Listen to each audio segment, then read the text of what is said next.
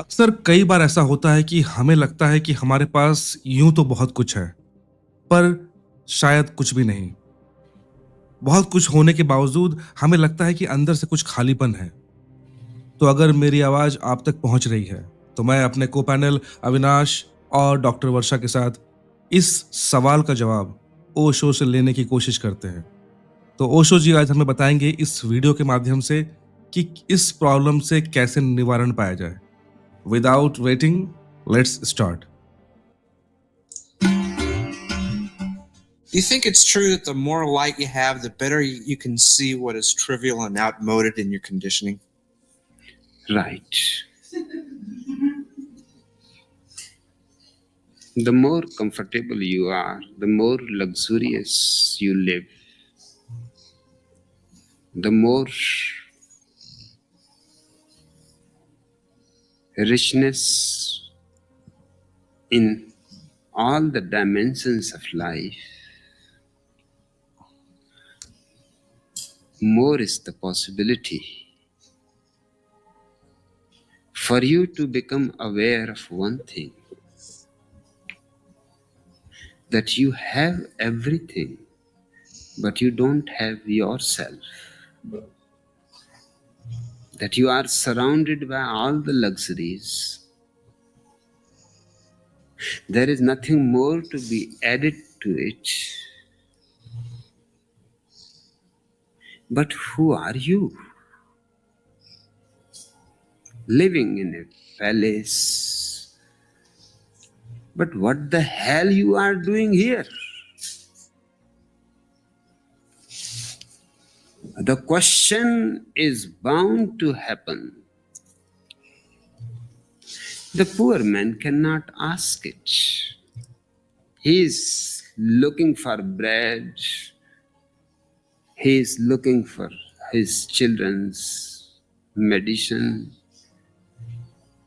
He has no house. You think he will start inquiring about his interiority, about truth, about the meaning of life?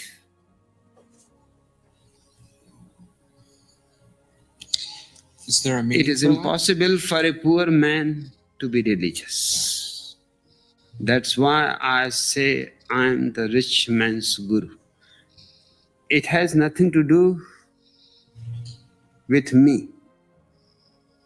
Only the rich man has the opportunity to inquire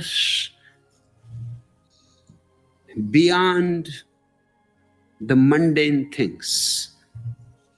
The poor man,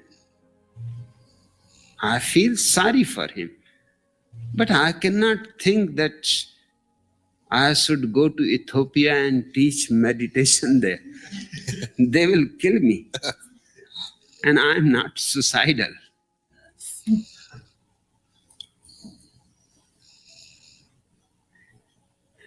The world has enough technology now. If its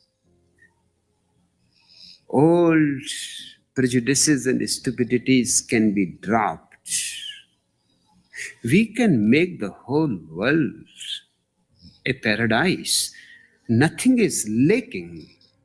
If we can reach to the moon, if we can create so much destructive power, why we cannot create creative power? The same power can be transferred into creativity, because power is always neutral. You can burn your cigar by the lighter, you can burn your house too. Your lighter does not give you any instructions what to do.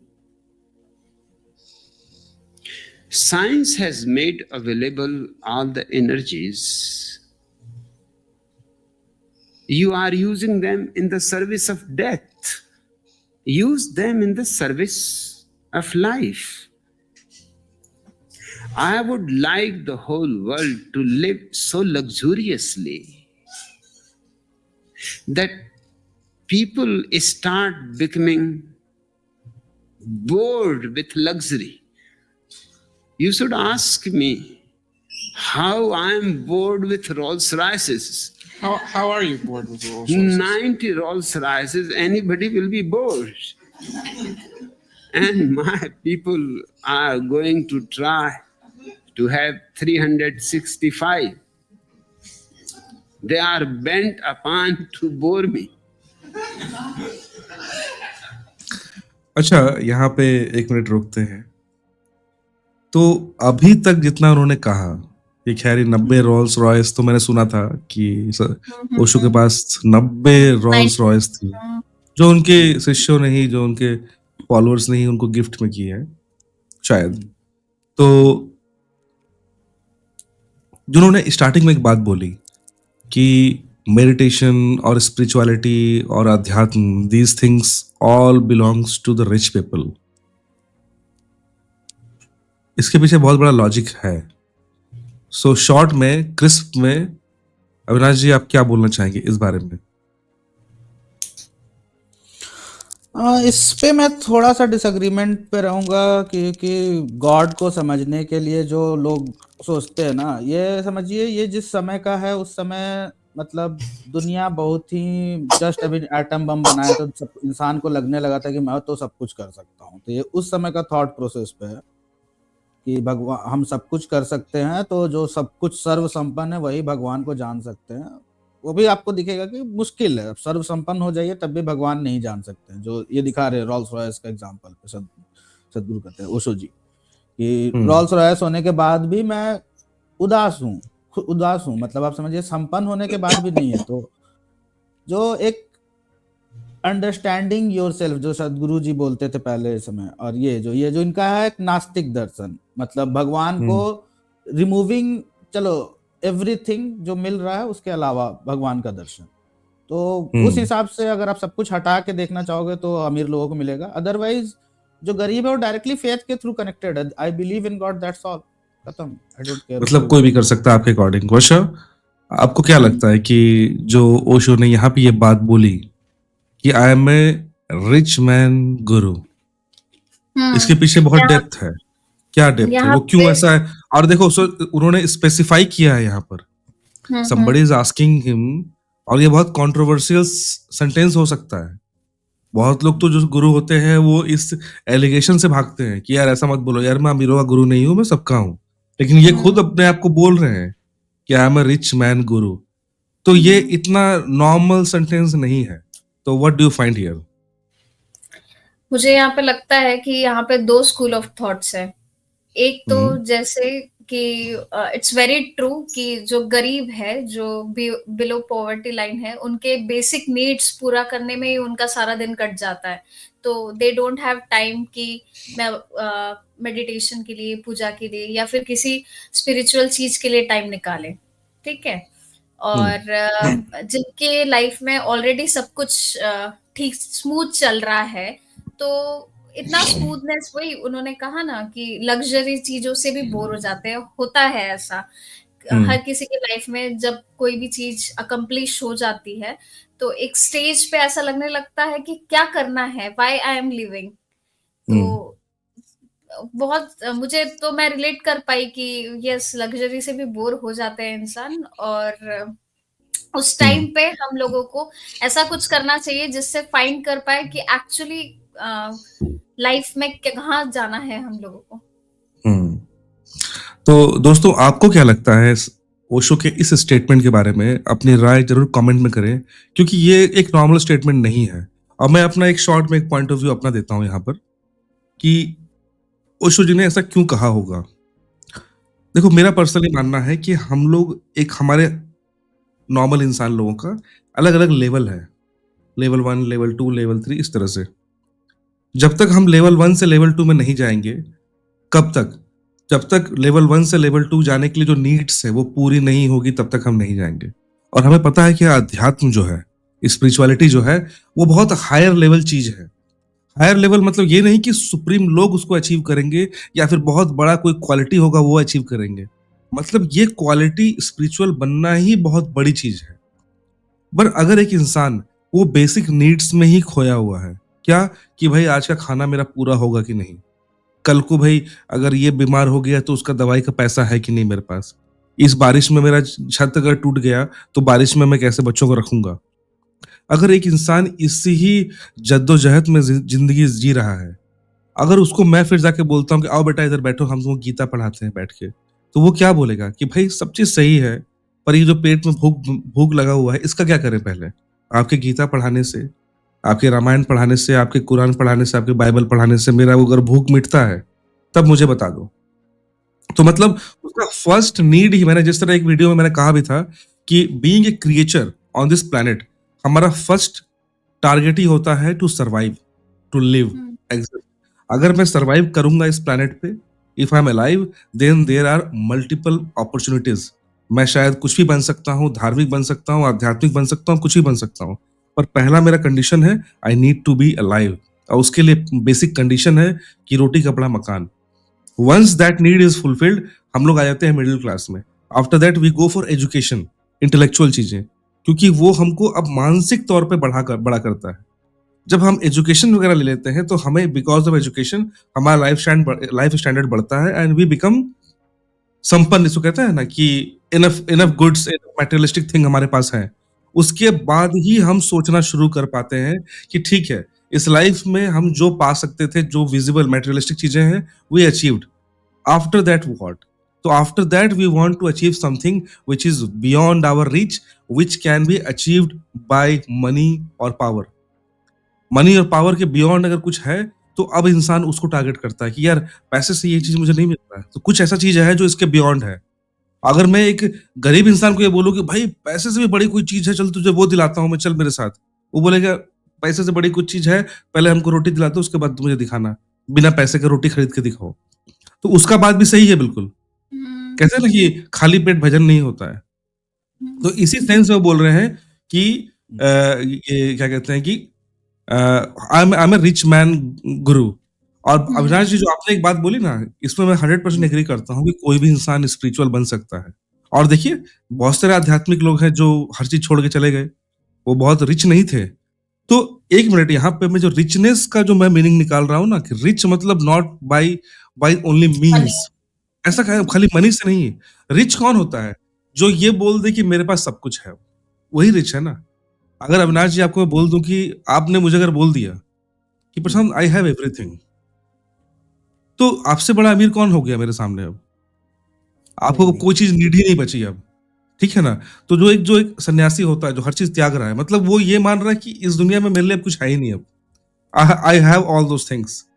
तो अब वो जब surrender कर देता है हर चीजें, मतलब he has already become very rich, not through money, not through power, but through something else.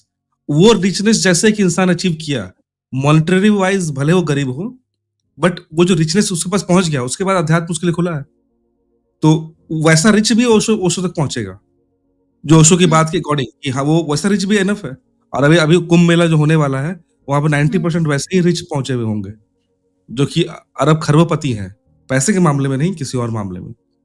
तो मैं यहाँ से ये समझा था। चलिए आगे देखते हैं क्या स्टोरी सुना रहे हैं। दोस्तों अगर आपने ये वीडियो यहाँ तक देखी है तो प्लीज लाइक, कमेंट, शेयर जरूर बनता है यार। ओशो जी तो सिखा ही रहे हैं, और हमारे डिस्कशन से भी अगर आपको कुछ फायदा होता है तो ये मेरे लिए, हमारे लिए बहुत गर्व की बात है। और at least I am very happy कि हमारी आवाज आप तक पहुंच रही है, आप तक, यस, जो आप देख रहे हैं। क्योंकि इतने भीड़ में आवाज तो यूं ही खो जाती है ना, बट स्टिल हम कोशिश करते हैं कि किसी एक इंसान तक तो पहुंचे। तो आई एम वेरी हैप्पी कि I am reaching to you. Thank you very much for watching this video. चलिए आगे आगे बढ़ते हैं कि ओशो जी क्या बोल रहे हैं। What you can do?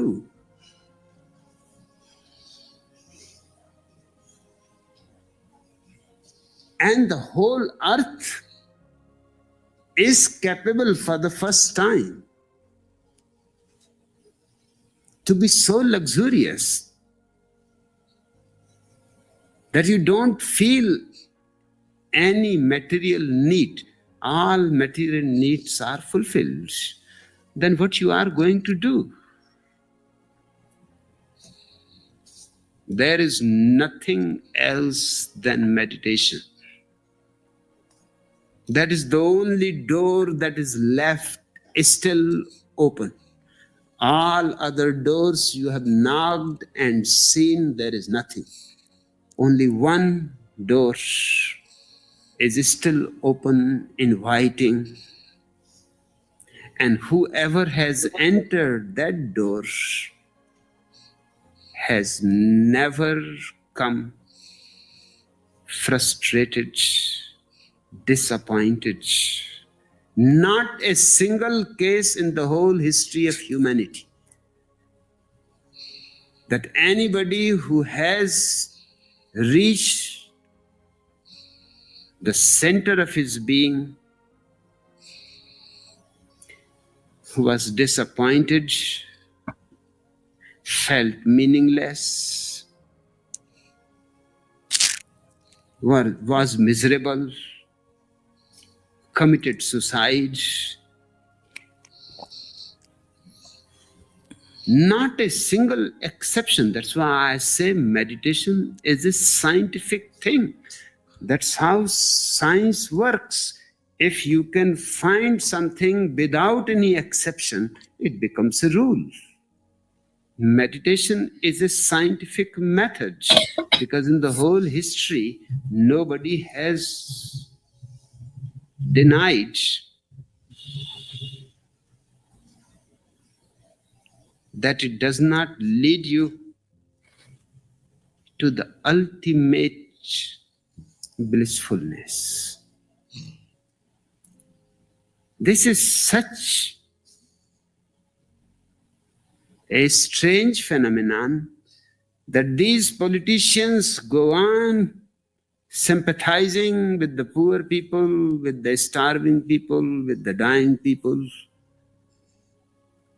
And the same politicians go on throwing food into the sea. Ethiopia is dying, and Europe has thrown thousands of tons of fresh oranges into the ocean. And the political leaders go on talking about sympathy, compassion.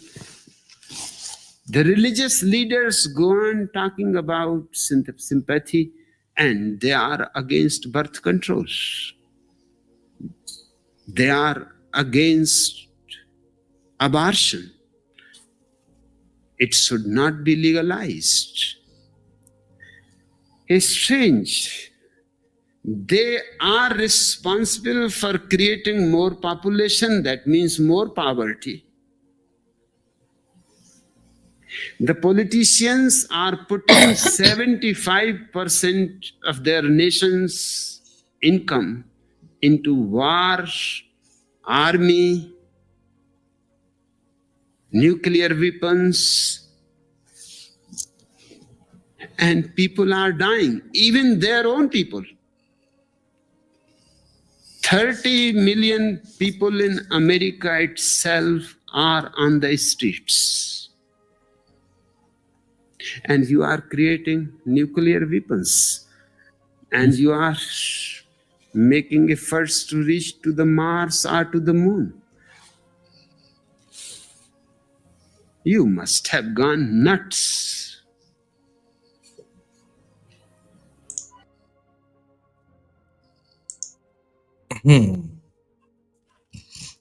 तो यहाँ होता है ये video की समाप्ति, और अब हम जानना चाहेंगे योर कमेंट्स अविनाश जी इस होल वीडियो के बारे में।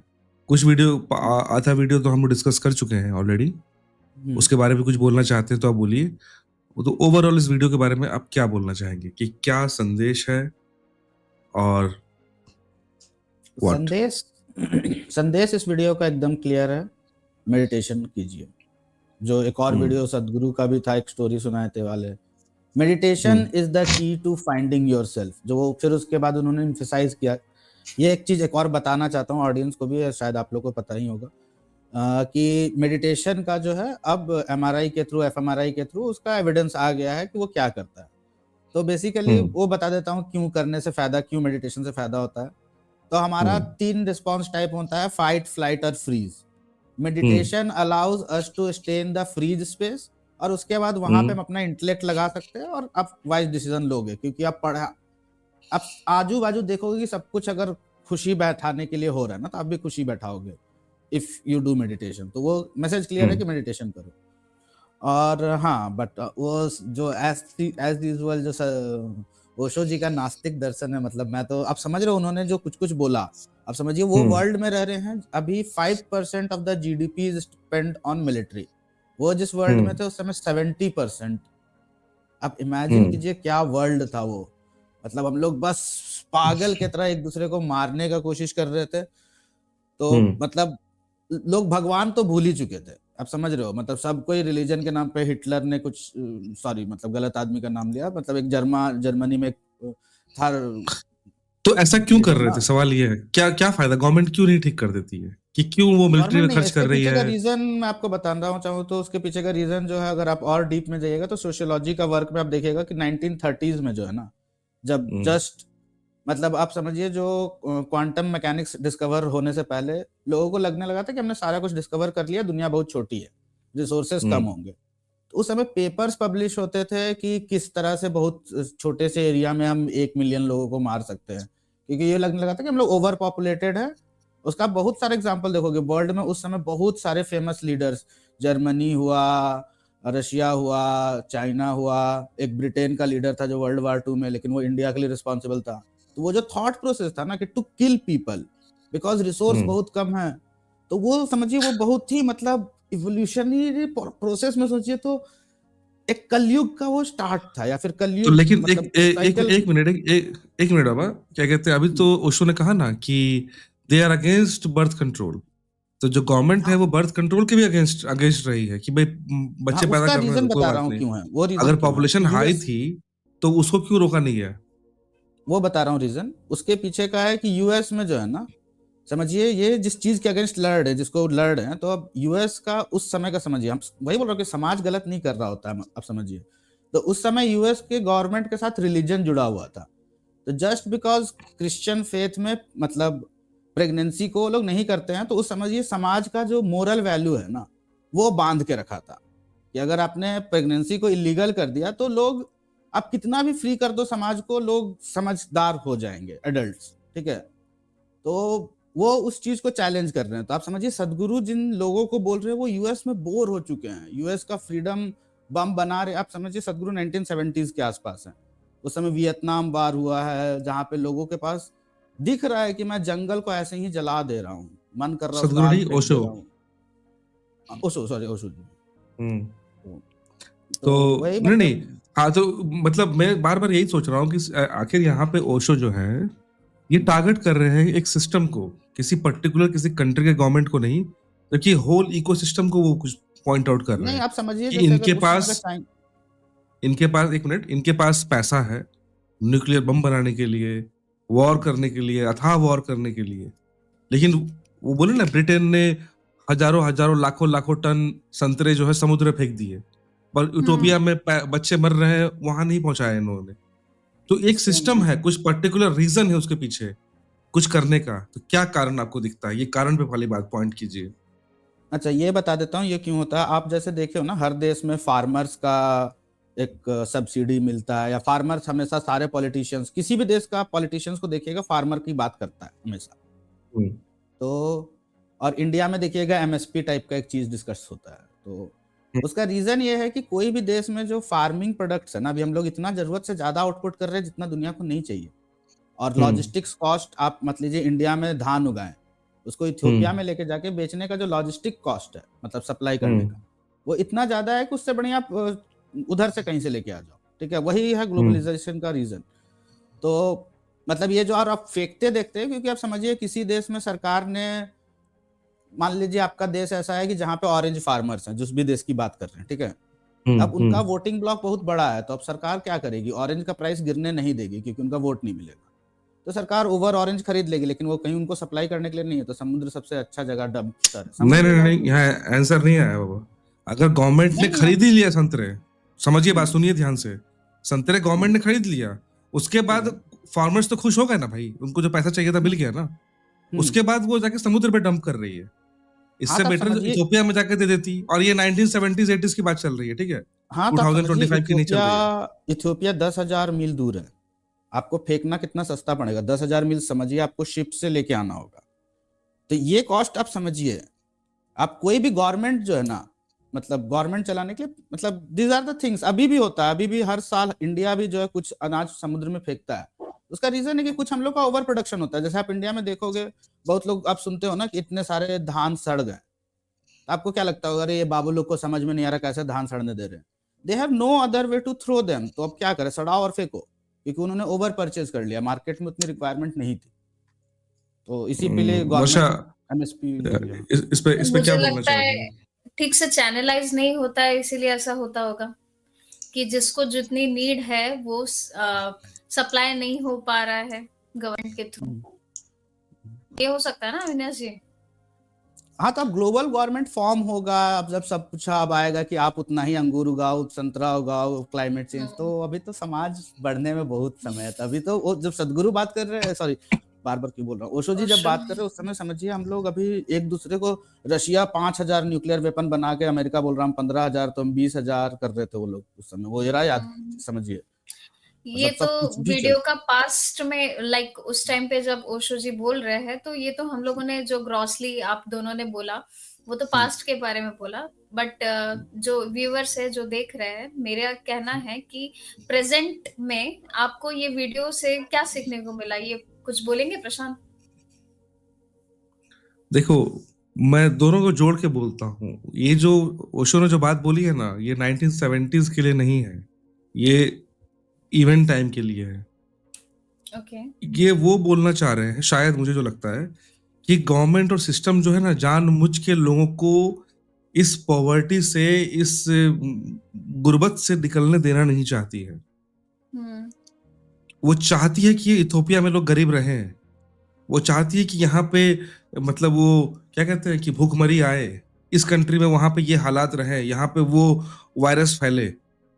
क्यों? क्योंकि बिकॉज ऑफ दैट, क्योंकि अगर वो संतरे वाली बात है, अगर वो पहुंचा दे, खाना अगर एक्स्ट्रा है आपको पहुंचा दे वो लोग। जबकि WHO ये सब फ्री में ही काम करती है ना, वो सब कंट्री के लिए, जो जो देने के लिए कोई उनके पास कैपेसिटी नहीं है, still they are wasting their money और इन्वेस्टिंग देयर मनी। बट वो चाहती है कि ये चीज सिस्टम इस तरह से रहे। ये सिस्टम ऐसा रहेगा तब ही डिमांड सप्लाई बना हुआ रहेगा। अगर सभी, अगर उनको, अगर आपने एक लेवल तक ला दिया कि चलो ठीक है भाई, तुम्हारा खाना पीना ये हो गया, अब तुम एक लेवल आगे बढ़ो, तो मैक्सिमम लोग जो है, जनता ओवर द प्लैनेट, सब इक्विलिब्रियम में आने लगेंगे, ऑलमोस्ट सब सेम होने लगेंगे। और जैसे ही सेम आने लगे, लोगों का इंसैनिटी खत्म हो जाएगा, पागलपन। और जब इंसैनिटी खत्म होता है, तब ये वॉर, ये चीजें, लड़ना वगैरह नहीं बंद होने आएगा। लगते हैं। और जैसे ही ये चीजें खत्म होंगी, तो दुनिया में वॉर, ड्रग्स, सब चीजें खत्म होने लगेंगी। तो जो जो रियल माफिया है दुनिया को जो चला रहे हैं, आज से नहीं, सैकड़ों सालों से, या एटलीस्ट जो हम मॉडर्न वर्ल्ड देख रहे हैं, जो उनका पूरा सिस्टम कोलैप्स कर जाएगा। उनको अपना एंटीवायरस बेचने के लिए उनको वायरस फैलाना जरूरी है, वरना एंटीवायरस कौन खरीदेगा हमारा? उनको एक अपने वेपन्स बेचने के लिए उनको एक वॉर क्रिएट कराना जरूरी है, जो आज के डेट में हम देखते हैं। वरना उनके वेपन्स तो घर, वो फैक्ट्री में रखे रखे खराब हो जाएंगे। तो उस सिस्टम को उनको चलाना जरूरी है। मैं यहाँ पे क्या एक चीज वो, बस, हाँ बोलिए। वो ये जो आप बोले मैं एग्जैक्टली आपसे एग्री कर रहा हूँ। मैं इसीलिए बोल रहा हूँ कि ये नास्तिक दर्शन है जो हमारा सनातन धर्म है। इसमें ये है कि तुम अमीर हो के तुम मतलब वार नहीं कर सकते, तुम लोगों का भला, ये समझिए वो उस समय का समाज है जब हम लोग लोगों को मारना सही समझते थे। इसीलिए मैं नास्तिक दर्शन बोलता हूँ। मतलब भगवान का ही दर्शन उस फॉर्म में, जब मतलब सब कुछ गलत चल रहा है। लेकिन आप समझिए जो हमारा सनातन धर्म वाला फंडा है कि हम लोग अमीर, आज मतलब money should never be hated. अमीर होना, रोल्स रॉयस होना 90 मेरे को अच्छा लगना चाहिए, ठीक है? वो नहीं लग रहा है तो कुछ तो गड़बड़ है। तो वही बता रहा हूँ कि वो समाज तो बहुत इवॉल्व कर गया। अभी देखिए ना कितना हम लोग क्या क्या पीस, किसका किसका पीस मांग रहे हैं, हर कुछ का वोकिज्म स्टार्ट हो गया, पता नहीं क्या क्या स्टार्ट हो गया। सबके लिए अब जो भी झंडा हो, निकलने लगा। लेकिन हम जब तक वो लेवल क्रॉस नहीं करेंगे तब तक हम उस स्पिरिचुअलिटी की तरफ, शांति की तरफ बढ़ नहीं पाएंगे। और जैसे ही शांति होगी ना, तो बिजनेस बहुत सारे ठप होने लगेंगे, और ऐसे ऐसे बिजनेस ठप करेंगे जो एक्चुअली में जिनके माफिया दुनिया चलाते हैं, जो गवर्नमेंट चलाती है। तो उनका पूरा, जैसे दुनिया में सबसे ज्यादा जो पैसे कमाने वाली जो चीजें होती हैं, वो है एक वेपन इंडस्ट्री और एक है फार्मास्यूटिकल इंडस्ट्री। ये दो हैं जो सबसे ज्यादा राज करती हैं। व्हाइट मनी में नहीं। हो सकता है व्हाइट मनी में एलॉन मस्क सबसे अमीर दिखता हो, लेकिन ब्लैक मनी में दुनिया में ऐसे बहुत से जो होंगे जो 4-4, 5-5 एलॉन मस्क के बराबर अकेले बैठे हुए हैं, लेकिन उनका मनी ब्लैक मनी है, तो वो हमें दिखता नहीं है कि रिचेस्ट पर्सन में उनका नाम नहीं आएगा। But they are the real people who are just, वो जब चाहे तब कहीं भी कैओस लाते हैं और उससे उनका बिजनेस बढ़ता है। और ये तो आज के डेट में भी दिखता है। दर्शकों, आप बताओ, क्या आपको नहीं फील होता है कि अचानक से वॉर हो जाती है, वेपन्स का देना लेना शुरू हो जाता है? कितनी कंट्रीज हैं जिनका पूरा का पूरा इकोनॉमी वेपन इंडस्ट्री पे चलता है? फ्रांस हो, रशिया हो, अमेरिका हो, उनको वेपन्स बेचने हैं। और वेपन्स तभी बिकेंगे ना भाई, जब आप लड़ाई होगी। वॉर होगा। हम्म, जितने बड़े बड़े फार्मास्यूटिकल कंपनियां हैं, अरे उनके वैक्सीन वगैरह तभी बिकेंगे ना जब वायरस फैलेगा, जब कोई पैंडेमिक फैलेगा, तब तो बिकेगा। तो कोई क्यों लेगा आपका एंटीवायरस? तो ये तो सिंपल सी बात है। तो यही उस, मुझे लगता है कि इसीलिए ओशो पे उतना टारगेट किया गया था कि वो कुछ ज्यादा ही ब्लंट बात, सत्य बात लोगों को दिमाग में डाल रहे थे उस समय, कि देखो ये चीजें चल रही हैं, तुम लोग देख नहीं रहे हो दुनिया को। खैर, हम लोग जो आजकल, अविनाश जी, इतना हम लोग देख पा रहे हैं, सुन पा रहे हैं, समझ पा रहे हैं बिकॉज ऑफ इंटरनेट, कि मैं all this information is easily available. पर उनके टाइम में मैं सोच के बस देखिए, जब ये टॉक दे रहे होंगे 70s 80s में, उस समय लोगों जितने के लोग पास सिर्फ इतना बैठे होंगे सिर्फ वही इजी, सुन रहे होंगे। हाँ सुन रहे होंगे, और जो सुन भी रहे होंगे उनके पास इतना इजीली इंफॉर्मेशन नहीं आता होगा जो हम लोग आज इतना इजीली फोन, टैब और लैपटॉप पे देख लेते हैं। तो उनके लिए जो ओशो बात बोल रहे होंगे ना, रॉकेट साइंस की, अरे यार सोचा ही नहीं मैंने तो ऐसा। हाँ अविनाश जी। मैं बस यही मतलब बोलना चाह रहा हूँ कि मतलब हाँ, समाज इवॉल्व करता है, तो एक समय के लिए समझिए नास्तिक दर्शन इज द राइट दर्शन, एक समय पे धार्मिक दर्शन इज द राइट दर्शन। तो वही है ना जो कृष्ण जी का गीता में है कि जब जब रिक्वायरमेंट होता है वो आ जाते हैं सही करने के लिए। जैसे भी चल रहा है सब सही करते रहते हैं। तो ओशो जी तो भगवान टाइप है, तो वो भी वही कर दिए। उस समय जब सब बर्बाद है तब भी ठीक कर दिए, जाओ। तो वही बात है कि मतलब, इसीलिए वही मैं हमेशा ये सोचता हूँ कि ऐसा ओशो ने क्या क्या बोला है भाई, कि पूरी कंट्री, इतनी सारी कंट्री में बैन हो गए, तो कुछ तो रीजन होगा ना, कुछ तो चीजों पे उन्होंने प्रहार किया होगा। और कुछ बोलना है किसी को, कुछ अपना पॉइंट रखना है कि वाइंड अप करूं इस वीडियो को मैं? हो गया हो। हम्म मेरे को काफी तो अच्छा लगा। हाँ, वर्षा, कुछ बोलना है आपको, कुछ ऐड करना है नहीं। इसमें? सब हो तो गए। दोस्तों, आपने भी ये वीडियो देखा, बहुत बहुत धन्यवाद। आप अगर यहाँ तक हमारे साथ इस वीडियो को देखे, जो हमारा पॉइंट ऑफ व्यू था, जो हमने सीखा समझा, जो हमारा तजुर्बा है, उसके अकॉर्डिंग हमने अपने अपने पॉइंट ऑफ व्यू दिए। It's not about agreeing with Osho और disagreeing with him, neither of them. It's, हम लोग, मैं या हमारे जो को पैनल है मेरे, अविनाश जी, डॉक्टर वर्षा, हमारा एक ही टारगेट होता है कि we are open minded people. If we don't know something we will learn. और अगर हम कुछ जानते हैं और सामने वाले से हम एग्री नहीं कर रहे हैं, तो okay, we are ready to disagree, but we will just put our point कि हाँ, ये हम सोचते हैं, ये हम मानते हैं। इसमें ऐसा कुछ नहीं है कि हमने इसको तवज्जो क्यों नहीं दिया, इस पे काउंटर क्यों कर दिया, ऐसा नहीं है। We should not be narrow minded, we should be always be open minded. हो सकता है कि मैं कुछ बोल रहा हूँ, आपके नजर में हो सकता है कि मैं कुछ गलत बोल रहा हूँ, बट एट द मोमेंट मेरा यही मेंटल स्टेट है। Maybe in future I will learn something, I will enhance something, my level of understanding will increase, and at that time perhaps I will understand that point जिसे आप अभी समझ पा रहे हो और मैं नहीं समझ पा रहा। So thank you very much for being with us till this point. अगर आपने लाइक नहीं किया तो please smash that like button, subscribe नहीं किया तो सब्सक्राइब भी कर लो, और तब तक stay healthy, stay happy, piece.